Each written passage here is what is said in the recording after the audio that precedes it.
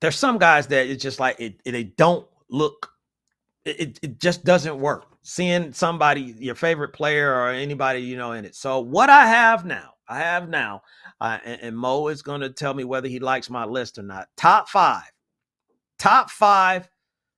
worst jerseys. Let me just say that worst jerseys to see a former NBA player in. Right. So Mo, go ahead and we're going to get that started. Top five worst jerseys of all time. Right. So we got some honorable mentions and everything. Seeing Allen Iverson not in a Philadelphia 76ers jersey, that's just kind of hard to imagine. And these guys made my top five. So let's start with number five. Let's get right into it. And number five is Dominique Wilkins, right? Dominique Wilkins, man, look at that right there, man.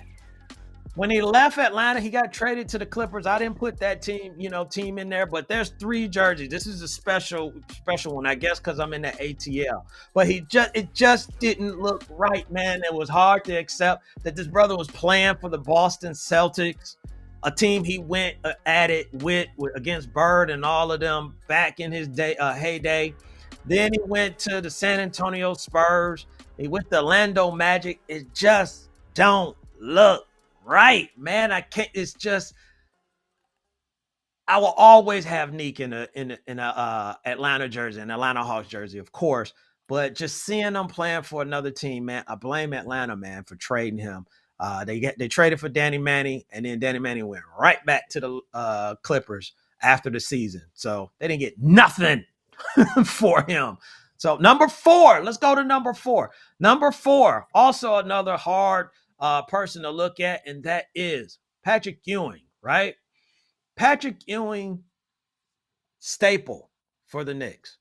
Patrick Ewing, all I can see is when he was, doing this with his hands, begging on the crowd. Even him getting dunked on by Scottie Pippen, which is not, the best highlight, for him. But he is New York, right? He is New York. First overall pick. I always felt he was going to finish his career there. And to see him wearing a Sonics jersey, and then the Sonics don't even have a team anymore in Seattle, but to see him wearing a Sonics jersey, it just doesn't feel right. It just doesn't look right. I can't get down with it. I understand, life happens, and the brother, hey, he wanted to still play ball, and, I guess he got, he wanted to work and all that stuff, but it's just hard just seeing that, just like, nah, man. Nah. I need to see him in a New York Knickerbockers jersey, son. New York, son. New York. All right. What was that? Number 4? Number 3. Number 3. Another guy. Champion. 2-time champion out west. Got one of the greatest names of all time, and that's Hakeem Olajuwon. The Dream, right?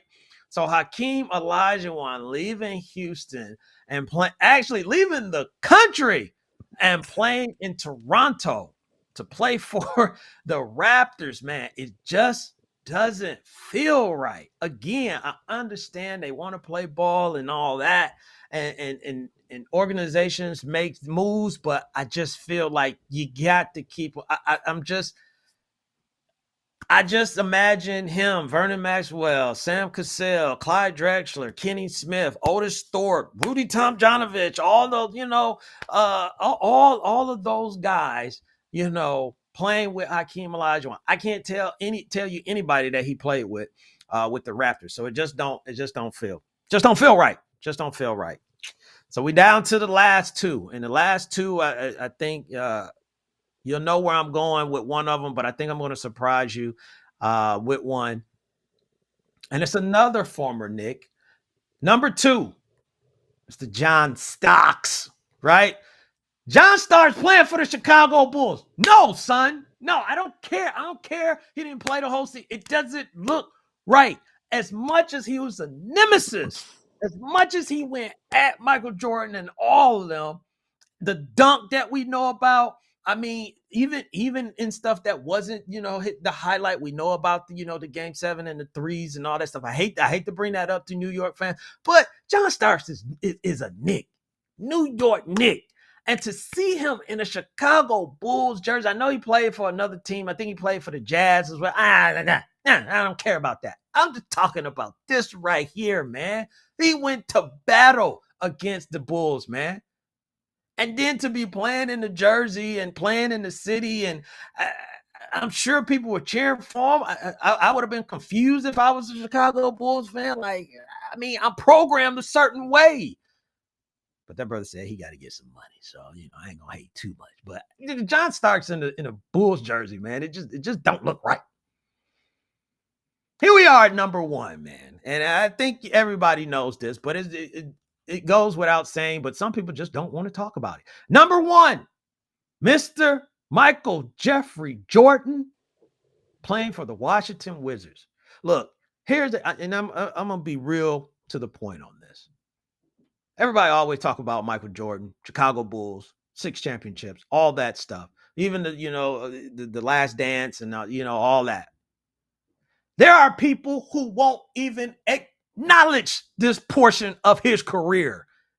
And I'm talking about, they'll be like, yeah, Michael Jordan, he retired after he won his 6th championship. Like, yeah, he did, but he came back. No. He never came back. He never came back. I'm like, whoa, wait. Michael Jordan he was an all-star. He went to all-star here in Atlanta wearing the Wizards jersey. No, son. That never happened. He never happened. He's always played for the Bulls.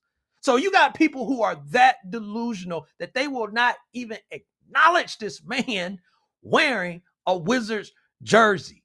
And they broke up the team. That should have never happened. I understand they wanted to move in a different direction and all that stuff, but with the greatest, arguably, with some people, basketball player of all time, there should be some type of rule in effect that say, nah, you ain't going nowhere, partner. But they did, and he played with the Wizards, and it just didn't feel right. In DC, like, it didn't feel right. But I know the Washington Wizards said it felt right, putting them butts in the seat when he showed up. So, money was to be made.